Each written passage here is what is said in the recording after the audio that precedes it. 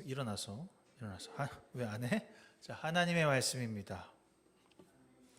그렇죠? 네, 제가 봉독 읽겠습니다.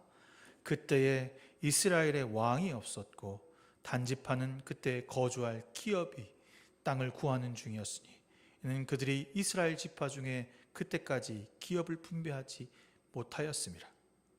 단 자손이 소라와 에스디올에서부터 그들의 가족 가운데 용맹스러운 5사람을 보내어 땅을 정탐하고 살피게 하며 그들에게 이르되 너희는 가서 땅을 살펴보라 하매 그들이 에브라임 산지에 가서 미가의 집에 이르러 거기에 유숙하니라.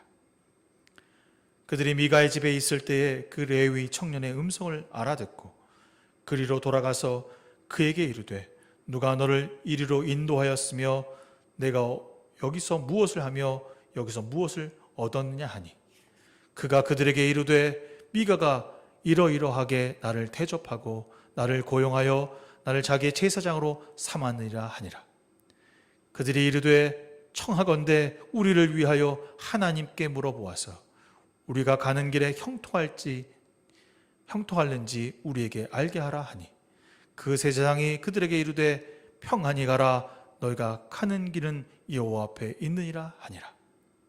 이에 5사람이 떠나 라이스에 이르러 거기에 있는 백성을 본즉 염려 없이 거주하며 시돈 사람들이 사는 것처럼 평온하며 안전하니 그 땅에서 부족한 것이 없으며 불을 누리며 시돈 사람과 거리가 멀고 어떤 사람과도 상종하지 아니함이라. 그들이 소라와 에스디올에 돌아가서 그들이 형제들에게 이르매 형제들이 그들의 묻되 너희가 보기에 어떠하냐 하니 이르되 일어나 그들을 치러 올라가자. 우리가 그 땅을 본즉 매우 좋더라. 너희가 가만히 있느냐? 나아가서 그 땅을 얻기를 게을리하지 말라. 너희가 가면 평화로운 백성을 만날 것이요 그 땅은 넓고 그곳에는 세상에 있는 것이 하나도 부족함이 없느니라. 하나님이 그 땅이 너희 손에 넘겨주셨느니라 하는지라. 단지파 가족 중에 600명이 무기를 지니고 소라와 에스디올에서 출발하며 올라가서 유다에 있는 기랏 여라림에 친치니 그러므로 그곳 이름은 오늘까지 마하네 다니며 그곳을 기랏 여라임 뒤에 있더라. 무리가 거기서 떠나 에브라임 산지 미가의 집에 이르니라. 전에 라기스 땅을 정탐하러 갔던 5사람이 그 형제에게 말하여 이르되 이 집에 에봇과 드라빔과 새긴 신상을 부어 만든 신상이 있는 줄을 너희가 아느냐. 그런즉 이제 너희는 마땅히 행할 것을 생각하라 하고 5사람이 그쪽을 향하여 그 청년 레위 사람의 집 곧 미가의 집에 이르러 그에게 문안하고 단 자손 600명은 무기를 지니고 문 입구에 서니라. 그 땅을 정탐하러 갔던 5사람이 그리로 들어가서 새긴 신상과 에봇과 드라빔과 부어 만든 신상을 가져갈 때 그 제사장은 무기를 진 600명과 함께 문 입구에 섰더니 그 5사람이 미가의 집에 들어가서 그 새긴 신상과 에봇과 드라빔을 부어 만든 신상을 가지고 나오매 그 제사장이 그들에게 묻되 너희가 무엇을 하느냐 하니 그들이 그들에게 이르되 잠잠하라 내 손에 입을 대라 우리와 함께 가서 우리의 아버지 제사장이 되라. 내가 한 사람의 집에 제사장이 되는 것과 이스라엘 한 지파 족속의 제사장이 되는 것 중에 어느 것이 낫겠느냐 하는지라. 그 제사장이 마음에 기뻐하며 에봇과 드라빔과 새긴 우상을 받아가지고 그 백성 가운데로 들어가니라. 하나님의 말씀입니다. 아멘. 들어가니라. 아멘. 이제 자리에 앉으시면 됩니다.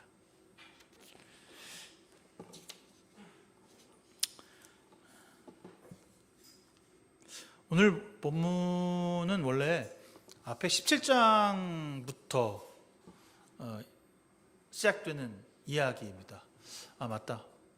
설교가 급한 건 아닌데 메리 크리스마스. 크리스마스가 이제 일주일 남았으니까 주께서 우리에게 와 주십니다. 매년 경험하고 매년 느끼는 거지만 주께서 우리에게 오시면 정말 기쁨입니까? 라는 이야기를 제 마음 가운데 하거든요. 여러분 정말 이 성탄절 주의 오심이 여러분에게 정말 진심으로 기쁨이 되며 평안이 되며 감사가 되며 영광이 되시기를 주님의 이름으로 부탁드리겠습니다. 오늘 본문 17장부터 시작되는 미가의 이야기와 이게 중간 부분이거든요. 이제 그 삼손의 시대가 끝났잖아요. 16장 지난주 제가 여러분 삼손의 마지막 이야기를 끝나고 나서 삼손이 이 사사기에는 거의 마지막 사사와 같은 사람이었어요. 물론 이제 뒤에 보면 사무엘이 나오긴 하지만 이 압구정까지는 삼손이 마지막입니다. 그리고 나서 17장 이후에는 더 이상 어떤 사사의 부르심이 있거나 하나님께서 그를 지명하여서 부르셨다 그런 내용이 없어요. 왜 사사를 불러주시지 않으셨을까? 좀 의아스럽고 또 다른 사사를 세우셔서 이스라엘을 구원해 주시고 새롭게 변화를 시켜 주셔야 되는데 왜 그렇지 않고 다른 이야기를 하시는 걸까? 좀 그런 생각을 했을 때 가장 마지막에 우리가 지난주에 경험했던 그 삼손이라고 하는 친구, 구별되었고 성별되어서 선택받았지만 그 끝은 그리 좋지 못했던 모습을 보면서 하나님께서 이제 더 이상 이스라엘 백성들에게 사사를 세워주실 생각이 없구나, 그런 생각을 하게 되는 거죠. 그래서 이제 17장 이후부터는 약간의 그 이스라엘 사람들의 어떤 생활 방식, 그 당시의 삶에 대한 이야기를 되게 옴니버스 형태로 이 얘기, 또 다른 얘기, 또 다른 얘기를 하고 있거든요. 그 얘기 속에 들어가 있는 얘기 가운데 우리는 과연 이것을 통해서 우리에게 주신 하나님의 소속감, 새로운 소속으로 우리를 이끌어 주셨는데 그 소속대로 살고 있는지 오늘 이스라엘 백성들의 삶 속 그 속에 밑바탕 속으로 들어가서 생각해보고 이야기를 나누는 시간이 되었으면 좋겠습니다. 17장의 이야기는 여러분 제가 읽어드리지는 않았지만 한번 읽어보셨으면 좋겠어요. 제가 요약을 금방 할 건데 당시 한 가정 속으로 이렇게 카메라가 쫙 들어가는 거예요. 그러니까 이제 사사의 이야기는 끝났고 어떤 하나의 가정으로 쭉 들어가요. 근데 좀 부유한 가정이었던 것 같아요. 근데 처음 시작이 드라마 첫 시작이 엄마가 막 뛰어나와요. 엄마가 막 뛰어나와서 야! 누가 내 돈을 가져갔어? 내 돈을 훔쳐갔어. 그놈은 반드시 저주를 받아야 돼. 이렇게 시작되는 거예요. 연극도 아니고 말이야. 갑자기 그런 장면이 등장해요. 이거 뭐지? 약간 섬찟 놀랐어요. 에브라임 산지에 미가라는 이름이 있는데 그의 어머니가 이르되 천백냥의 은화를 잃어버렸어. 그래서 그 은화를 가져간 놈은 나쁜 놈이야 라고 저주하는 거예요. 근데 이 돈을 훔쳐간 사람이 누굴까요? 미가였어요. 처음 들어보는 거야? 이런. 미가였어요. 미가가 엄마 사실 내가 훔쳐갔어. 내가 그 돈 은 1,100세겔 내가 훔쳐갔어. 그랬더니 엄마가 말을 딱 바꿔서 내가 너에게 축복 주길 원한다. 금방까지는 자기 돈 훔쳐갔는데 훔쳐간 사람은 저주받아야 되고 나쁜 놈이고 어디 가서 막 이런 얘기를 하다가 내 아들이 가져왔다니까 아니야 너는 복 받기를 원해. 너는 반드시 복을 받을 거야 라는 얘기를 하고 있어요. 그렇지. 여러분 그렇잖아. 저도 이제 몇 번 이렇게 남의 걸 은근슬쩍 하고 제 걸 잊어버렸을 때 보면 제 말 똑같을 것 같아요. 에휴, 가져간 놈 그래 잘 되나 봐라 그냥 아주 그냥 잘 먹고 잘 살아라 그냥 네 똥이다 막 이러면서 막 욕을 하잖아요. 그러다가 그게 우리 아내가 되면 뻥 아니야 그냥 해봤던 말이야 이렇게 이제 좀 그런 이야기의 첫 시작이거든요. 그런데 여기까지는 좀 이해가 되는데 그 다음 내용이에요.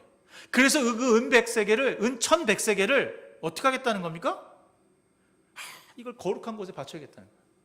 내가 다시 찾았으니 이 거룩한 곳을 바쳐야 되는데 그 거룩한 것이 오늘 18장에서 가장 많이 나오는 단어 뭘까요? 신상입니다. 신상.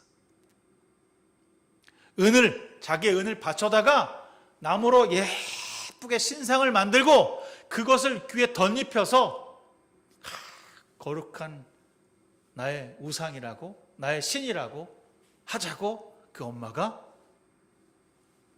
그 돈을 내어주고 있습니다.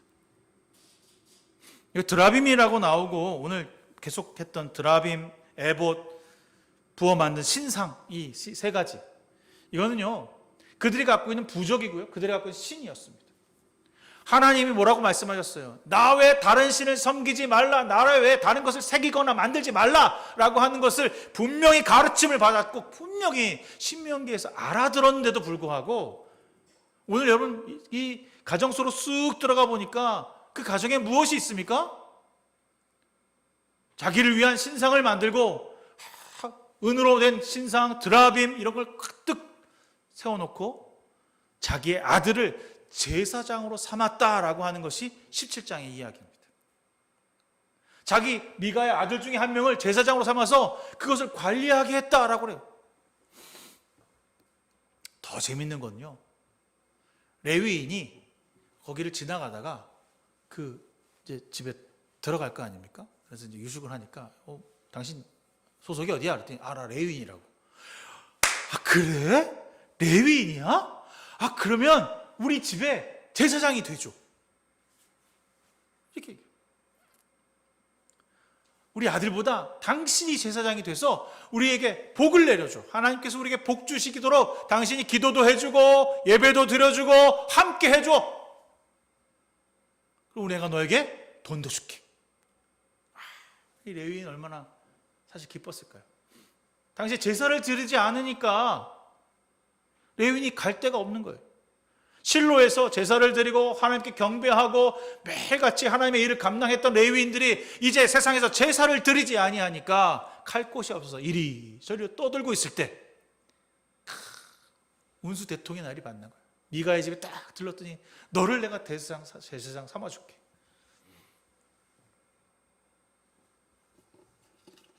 가나안 풍습 그대로 닮아 있는 거죠. 하나님의 백성이라고 말하지만 전혀 하나님의 백성으로 살고 있지 않은 모습을 그 장면 속에 그리고 있는 것입니다. 그들의 신을 묻고 그들의 문화를 따르고 여전히 우상을 새겨서 자신에 두고 있는 모습을 오늘 타락한 이스라엘 백성들의 이야기를 하고 있습니다. 사사가 없은 이후에 그들이 좀 더 괜찮은 사람, 하나님을 섬기는 사람이 된 것이 아니라 여전히 자기의 뜻과 자기의 생각대로 그 무덤에 젖어서. 레위인은 어떤 사람이어야 합니까? 하나님께 제사를 준비하는 사람이어야 합니다. 제사장을 보조하는 사람이어야 합니다. 자기 스스로가 제사장이 될 수 없는 사람임에도 그들은 그것이 무섭지 않았습니다. 자기 집에 제사장을 임의대로 세우고 그 사람을 부려먹고 돈을 주는 이 못된 행위들을 아무 생각 없이 하고 있습니다. 그의 어머니 또한 그에 동조하고 있습니다. 이게 지금 사사가 없는 시대나 사사가 있을 때나 똑같았던 거예요. 사실 사사가 있을 때는 어땠어요? 좀 그래도 하나님을 섬기는 척하다가 사사가 죽으면 똑같이 이 방식대로 돌아왔던 겁니다. 이 이스라엘 가정을 보여주는 이유가 무엇입니까?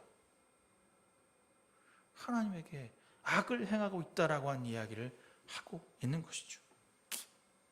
그런데 오늘 사사기 18장의 첫 시작이 재밌는데 여러분 제가 놓쳤어요. 잠깐만요. 17장 6절을 먼저 볼게요. 그때 이스라엘 왕이 없으므로 사람마다 자기 소견에 옳은 대로 행하였더라고 했습니다. 이스라엘의 왕이 없으므로. 근데 18장 1절에 보죠. 그때 이스라엘 왕이 없었고 라고 시작해요. 그죠? 여러분 성경 좀 보세요. 위에 집에서 더 보기 좋겠는데 17장 6절에 그때 이스라엘 왕이 없으므로 사람이 자기 소견에 옳은 대로 행하였더라. 그리고 18장 1절에 다시 한번 얘기합니다. 이스라엘의 왕이 없었고. 여러분 당연하지 않습니까? 이스라엘의 왕이 있다뇨. 이게 무슨 말입니까? 이스라엘에 만약에 솔로몬이나 다윗과 같은 위대한 왕이 있으면 이게 바뀝니까? 아합이라고 하는 그런 왕들이 있으면 하나님의 거룩함이 나타납니까? 히스기야가 있으면 거룩해집니까? 이런 뜻입니까? 아니에요. 이스라엘의 왕이라고 하는 것은 바로 하나님이셨습니다. 하나님이 그들 가운데 임하지 아니하였다는 거예요. 그들의 삶 가운데 하나님이 없었다는 겁니다. 하나님을 모시고 살지 않았다는 거죠. 하나님의 뜻 순종하지 않고 하나님이 원하시는 대로 살지 않았다는 것이죠. 그러니 내 입인대로 내 뜻대로 살아가는 사람이었습니다. 오늘 언급한 레위인은 하나님의 구별된 사람입니다. 하나님 장막에서 제사를 집례하고 돕는 사람이요, 하나님께 영광 돌리는 사람을 이제 자기 집의 제사장이라고 말하고 있습니다. 그곳에 우상을 섬기는 제사장이라고 말하고 있습니다. 자기 임의대로, 자기 뜻대로 내 집에다 교회를 세워놓고 거기다 우상을 쳐놓고 나에게 복을 빌어달라고 말하는 무당과 같은 사람을 만들어버린 것입니다. 전 여기까지 읽다가 어땠을까요, 여러분? 제 마음. 내가 진짜 내가 이제 하나님의 군대 장관이면 저걸 다 쓸어버려야지, 내가 그런 마음 있죠. 그냥 분노의 마음. 이게 더 혼나야 돼. 이스라엘 백성, 이 백성 정신 못 차렸어. 블레셋이 아니라 막 페르시아가 와서 점령을 하고 로마가 와서 까부시고 아주 나라가 완전히 없어져야 돼. 막 그런 마음이 막 올라오는 거야. 왜 구원하셨어? 돈에 팔려서 그 집에 가서 복을 빌어주는 레위인도 이해가 안 되고, 그 레위인을 자기 집에 들여다 놓고 제사장이라고 부르는 그 미가도 이해가 안 되고, 도둑질한 돈으로 우상을 만들어 갖고 하나님께 경배한다고 말하는 그 어머니도 이상하고 괴상하고, 이게 과연 하나님의 질서가 있는 세상인가, 혼란한 세상인가, 아무리 생각해도 이해가 안 돼요. 도대체 이 백성들을 어떻게 하나님의 새로운 질서 가운데 넘어주실까 기대할 수가 없어요.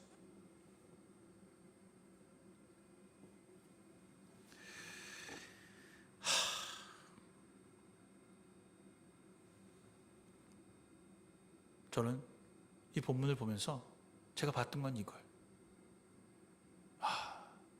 왜 하나님이 그들 가운데 거하시지 않을까? 왜 그들 가운데 하나님이 임재하지 아니하셨을까? 왜 그들 가운데 하나님께서 함께 하셔서 그들을 다시 새롭게 만드시지 않았을까? 주님이 왜 그들 가운데 없었을까? 다시 이 말을 돌이켜보면 그 땅 가운데 주님을 섬기는 사람이 없었다는 것입니다. 주님을 믿는 사람도, 주님을 바라보는 사람도 그 땅 어느 구석에도 없었다는 것입니다. 어떻게 살고 있는 것인가? 얼마나 더 타락할 것인가? 오늘 지금 이 이스라엘을 통해서 우리의 모습을 들여다볼 수 있기를 바랍니다. 미가의 집에 있는 레위인은 단지파 사람들을 만나는 장면으로 이제 넘어갑니다. 오늘 본문이죠? 여러분 생각해 보세요. 이게 참 오늘 되게 아이러니한 장면이 나와요. 한 집안에 있던 레위인이 출세를 해요. 단지파를 만나서. 근데 이 단지파가 어떤 지파였냐면 원래 이 밑에 땅을 이렇게 지정을 받았던 거예요. 근데 거기선 자기 땅을 큰 톨도 갖지를 못해. 싸워보지도 않고 뭐 그냥 흐무적 놀다가 이제 자기 땅이 좀 있어야 되니까 이렇게 정탐하니까 남네 땅, 이미 점령했던 땅, 이스라엘 백성들이 땅하고 저쪽 버려진 땅을 점령하겠다고 들어가는 거예요. 원래 지정된 땅은 여기 밑에 있어요. 이미 단지파 땅이 있는데 거기는 버리고 하나님의 말씀을 순종하지 않고 다른 땅을 보는 거예요. 근데 그 땅을 들어갈 때 어디에 누웠냐면 이 미간의 집에 잠시 들린 거예요. 들려보니까 이전에 보지 못했던 하고 멋있고 아주 대단한 게 있는 거야. 뭐야 그게? 신상도 있고 은으로 빚은 뭔가 드라빔도 있고, 이 자기 이전에 보지 못했던 그런 게 있는 거야. 근데 이 미가의 집이 잘 살아. 거기 제사장까지 있어. 야, 이거 우리가 훔쳐가야겠다. 우리가 가져가야겠다. 어떻게 가져갑니까? 문 앞에 600명의 사람을 탁 세워놓고 무력 시위하는 거죠. 챙겨가는 거예요. 야, 갖고 와. 가져와. 그거 우리가 들고 가서 저 땅에 가서 살자. 한 가정만 그렇게 타락한 줄 알았어요. 근데 그 지파 전체가 타락을 했어요. 한 가정만 그렇게 그 가정만, 미가의 가정만 그렇구나라고 하고 넘어갈 줄 알았어요. 그런데 그렇지 않아요. 단지파 전체가 타락했습니다. 뭐라고 말합니까? 그 레위인을 불러다 놓고, 야, 너 한 집안에 이거 아니야. 우리 지파의 제사장으로 삼아줄게. 그 레위인 뭐라고 합니까? 내가 이제 성공의 길이 열렸구나. 사실 레위인은요, 할 거 없어갖고 이리저리로 돌아다녔습니다. 자기의 직업도 잃고 땅도 없고 아무것도 없어서 여기저리 돌아다니다가 만났는데 그 집이 부잣집이었습니다. 거기 제사장을 했습니다. 한 번도 해보지 못했고 불러주지도 않고 누구도 나를 제사장으로 불러주지 않았던 그때 그가 나를 제사장으로 삼고 나에게 돈까지 주었습니다. 그런데 이제 비로소 하나님께서 내가 이 제사장의 역할을 잘 감당하다 보니까 단지파에서 나를 제사장을 불러주시는구나 라고 생각하고 있는 겁니다. 자기가 섬겼던 그 우상덩어리가 나갈 때 자기도 기쁜 마음으로 나아갔다고 말하고 있습니다. 하나님의 말씀을 따라서 정말 했어야 하는 정복 전쟁을 하지도 않고 이제 그들의 갖고 있는 우상을 훔쳐가는 이 단지파, 과연 그들은 하나님의 백성입니까?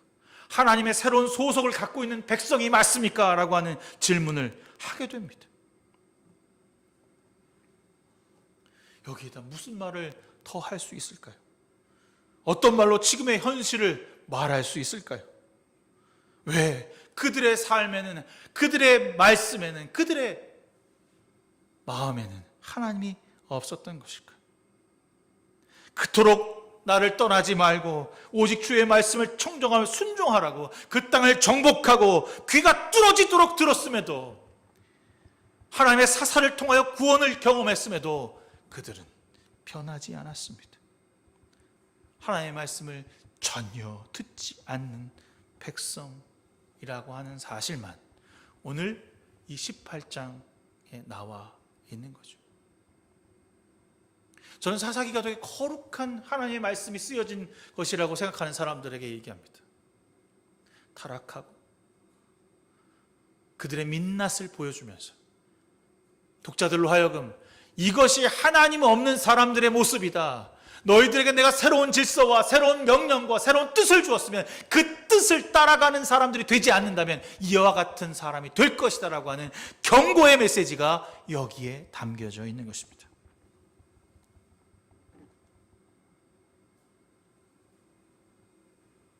여러분, 요즘 지옥 보시죠? 보셨어요? 저는 무서워서 안 봤어요. 거기 보면 좀 잘못된 것 중에 하나가, 제가 잠깐 짤로 봤는데, 어떤 사람에게 나가서 이렇게 뭐 얘기를 하면 그 사람이 이제 며칠 있다 죽는 거잖아요. 그죠? 그런 내용이죠. 뭐가 잘못됐냐면, 먼저 하나님께서 구원을 베푸신 다음에 그런 일이 있어요. 심판의 주가 오시는 거예요. 어떻게 하십니까? 하나님께서, 주님께서 이 땅에 오시면 우리를 먼저 하나님께서 다 걷어가셔요. 그리고 심판이 있습니다. 심판이 먼저 있는 이유는 우리를 구별하시기 위해, 거룩하고 거룩한 너희들을, 나의 사람을 먼저 걷어가신 후에 심판이 있는 것입니다. 그런데 지금 이 이스라엘 백성들의 삶 자체가 지옥입니다. 이미 그 땅에 딱 내려오면 심판밖에 없어. 다 죽어야 돼.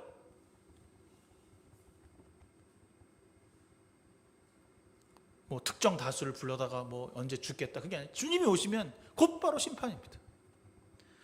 어느 때와 뭐 시기가 있는 것이 아니라 주님이 이 땅에 오시는 즉시로 심판이 임하는 것이죠. 어리석음으로 치닫고 있는 미가야와 단지파를 바라보면서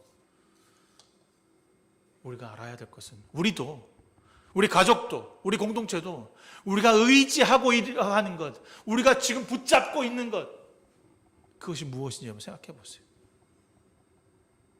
내 물건을 훔친 것,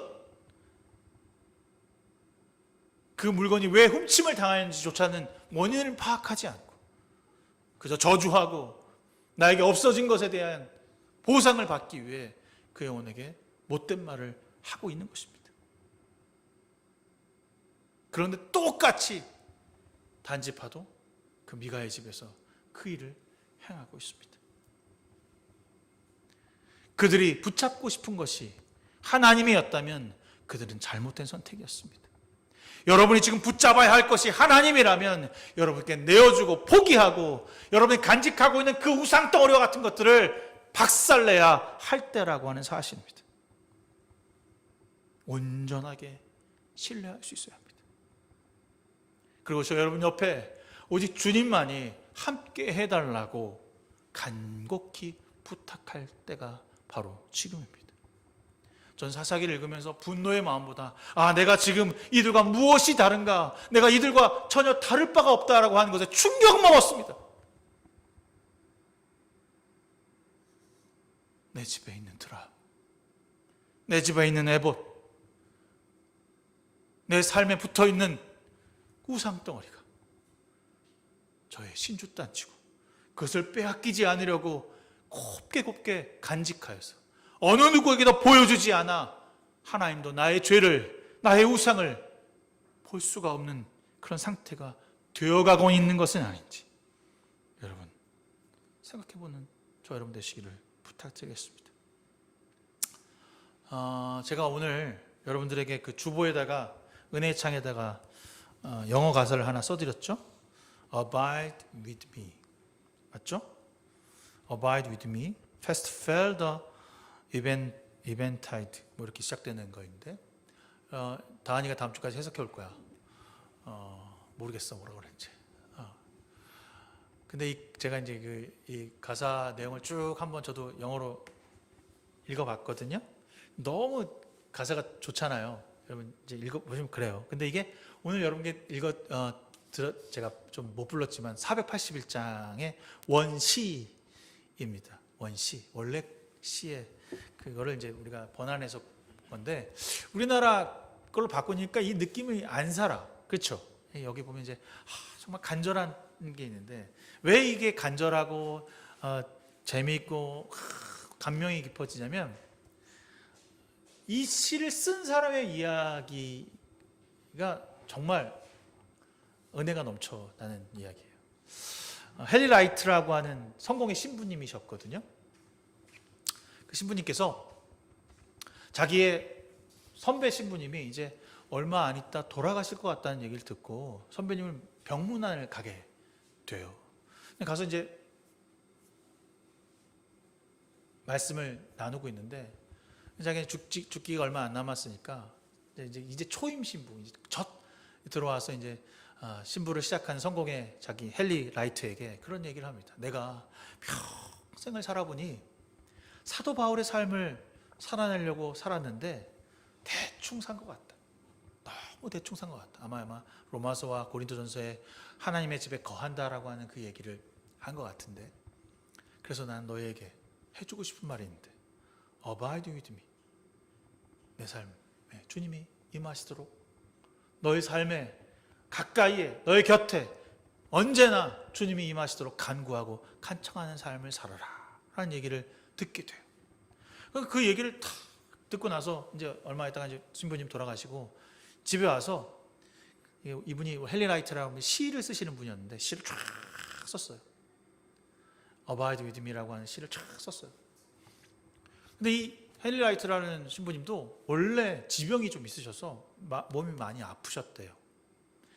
그래서 어느 날 이제 영국은 너무 추우니까 유럽 남부에 가서 요양을 하면 좀 괜찮겠다 싶어서 유럽 남부에 가서 이제 요양을 하려고 가려고 하는데 그때 이제 썼던 시가 있을 거 아니에요. 이 시를 이렇게 보니까 마음을 다시 잡고 잘 다시 한번 고쳐 써서 그거를 이제 책상에다 두고 아내에게 주고 자기는 이제 요양하러 가게 된 거죠.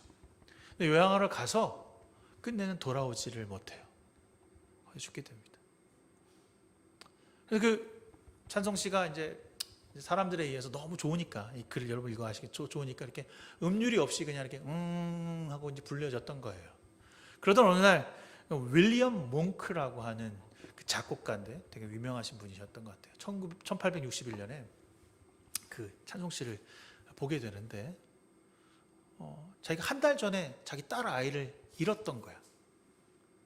근데 그 시를 보니까 자기가 너무 마음이 아프고 힘들었는데 그러다 보니까 여기 은율이 어떻게 들어가야 할지가 보였대. 그래서 그게 지금 제가 불렀던 그 은율을 그대로 적어서 그 시를 찬송가로 불렀습니다.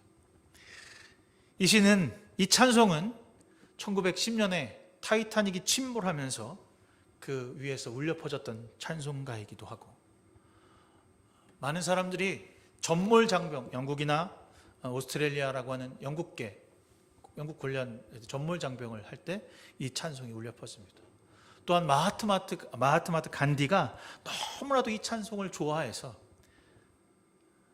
인도 건국기념일에 이 노래가 울려 퍼집니다. 근데 이 노래의 중점은 무엇입니까? 주님 나와 함께 해주십시오. 주님 내 삶에 거해 주십시오. 저는 정말 주님께 도움이 아무것도 되드리는 한낱 죄인이고 우리의 인생엔 금방 흘러갈 수밖에 없지만 어떤 유혹과 어떤 삶에도 주님 나와 함께 해주십시오. 아까 우리가 얘기했던 그 이스라엘 백성 우상을 끌어안고 우상을 섬기며 우상을 이게 물어보는 그 어리석음이 아니라 지금 아무도 보이지 아니하지만 전지전능하게 역사하시는 하나님, 우리 가운데 임하시는 하나님, 나와 함께 하여 주십시오. 때론 실패하고 때론 유혹당하며 때론 죄 가운데 임할지라도 죽음이 내 눈앞에 왔을지라도 나와 함께 해주십시오. 그런 노래를 이 노래라고 합니다. 저희 노래를 이렇게 이 이야기를 듣고 보면서 나는 내가 어떻게 죽을 때 뭐라고 할까? 내가 뭐 사고를 당하거나 이제 어떻게 이제 죽어갈 때 사고 당하면 살려주세요 주님 저 아직 더 살아야 돼요 막 이런 얘기를 할까? 내가 자연사 하게 될 때 나 조금 한 1년만 더 살아야지 이런 얘기를 할까? 그런 생각을 했었거든요. 이 글을 보면서 그때도 내가 죽어가는 그 순간에 주님 나와 함께 해주십시오. 내가 살아있는 그 순간에도 주님 나와 함께 해주십시오. 주님이 나와 함께 하여 주시면 저는 살 수 있고 저는 주님과 안에 거할 수 있습니다. 내 집에 머물러 주십시오. 나와 함께 하여 주십시오. 내가 의지하는 것은 드라빔도 아니고 내가 의지하는 것은 사람도 아니고 내가 의지하는 것은 군대도 아니고 내가 의지하는 것은 돈이 아니라 주님이십니다. 죽음이 나의 삶을 갈라놓을지라도 주님 나와 함께 해주십시오. 저는 이 찬송에 어저께 한 20번 이상 불렀던 것 같아요. 여전히 못 부르죠? 내가 받은 못 불러. 그 찬양을 부르면서 은혜가 됐습니다. 주님께 도움이 되지 못하고 유혹 앞에 쓰러지고 여전히 무너지는 저이지만 눈에 보이는 어리석음을 사랑하고 여전히 하나님 앞에서 하나님의 뜻대로 산다고 한 번도 생각해 볼 수 없는 우리지만 주님 우리 곁에 계셔서 우리에게 소망을 내어주십니다. 여러분을 새로운 질서 가운데로 여러분을 새로운 소속으로 이끌어 주시겠다고 주님이 우리에게 찾아와 주십니다. 어떤 죄악도 없이 그저 죽음으로 향하는 그 찾아와 주심을 우리는 믿고 따라가는 것입니다. 오늘 말씀에 나타난 이스라엘과 우리의 공통점이 있다면 아무런 영향도 주지 못한 채 우두커니 이렇게 지켜만 보는 존재가 되지 않기를 바랍니다. 그들이 가지고 싶어하는 우상을 훔치고 내가 갖고 싶어하는 것을 차지하는 것이 기쁨이 아니라는 것을 그 레위인이 가르쳐주는 길이 잘못되었다라고 하는 것을 깨달아 속지 말고 그 안에 하나님의 없음을 기억하며 하나님을 볼 수 있게 하는 유혹 앞에서 물리쳐 나갈 수 있기를 바랍니다. 잘못된 간구가 되지 않도록 우리의 욕심의 덫을 내려놓기를 간구합니다. 주님의 길이 아니면 그 길은 막으십니다. 물론 이 뒤에 보면 그들이 가서 평안하게 살긴 살아요. 하나님이 없이도 잘 살아. 그래서 과연 하나님이 없이 사는 삶이 과연 옳은 삶인가? 뭐 그런 생각도 하게 돼요. 그들은 여전히 하나님의 만든 영토가 아니라 그들에게 맞는 영토, 그들이 원하는 영토를 갖지 하나님의 말씀하시는 영적인 영토는 찾아가지 않았다는 것입니다. 사랑하는 성도 여러분, 내 뜻을 관철시키는 세상, 내 멋대로 사는 좋은 세상이 사는 것은 틀렸습니다. 하나님의 세상은 절대로 내 뜻, 자신의 뜻을 세우고 자기를 지키기 위해 누군가를 이용하며 속이고 거짓말하지 않습니다. 정직과 겸손으로 살 수 있어야 합니다. 이 일에 늘 고민하는 사람이어야 합니다. 하나님과 동행하는 삶이 얼마나 큰 은혜인지 큰 복을 누리시는 저와 여러분 되기를 바랍니다. 여러분, 하나님과 함께하는 것은 진정한 복이며 은혜입니다.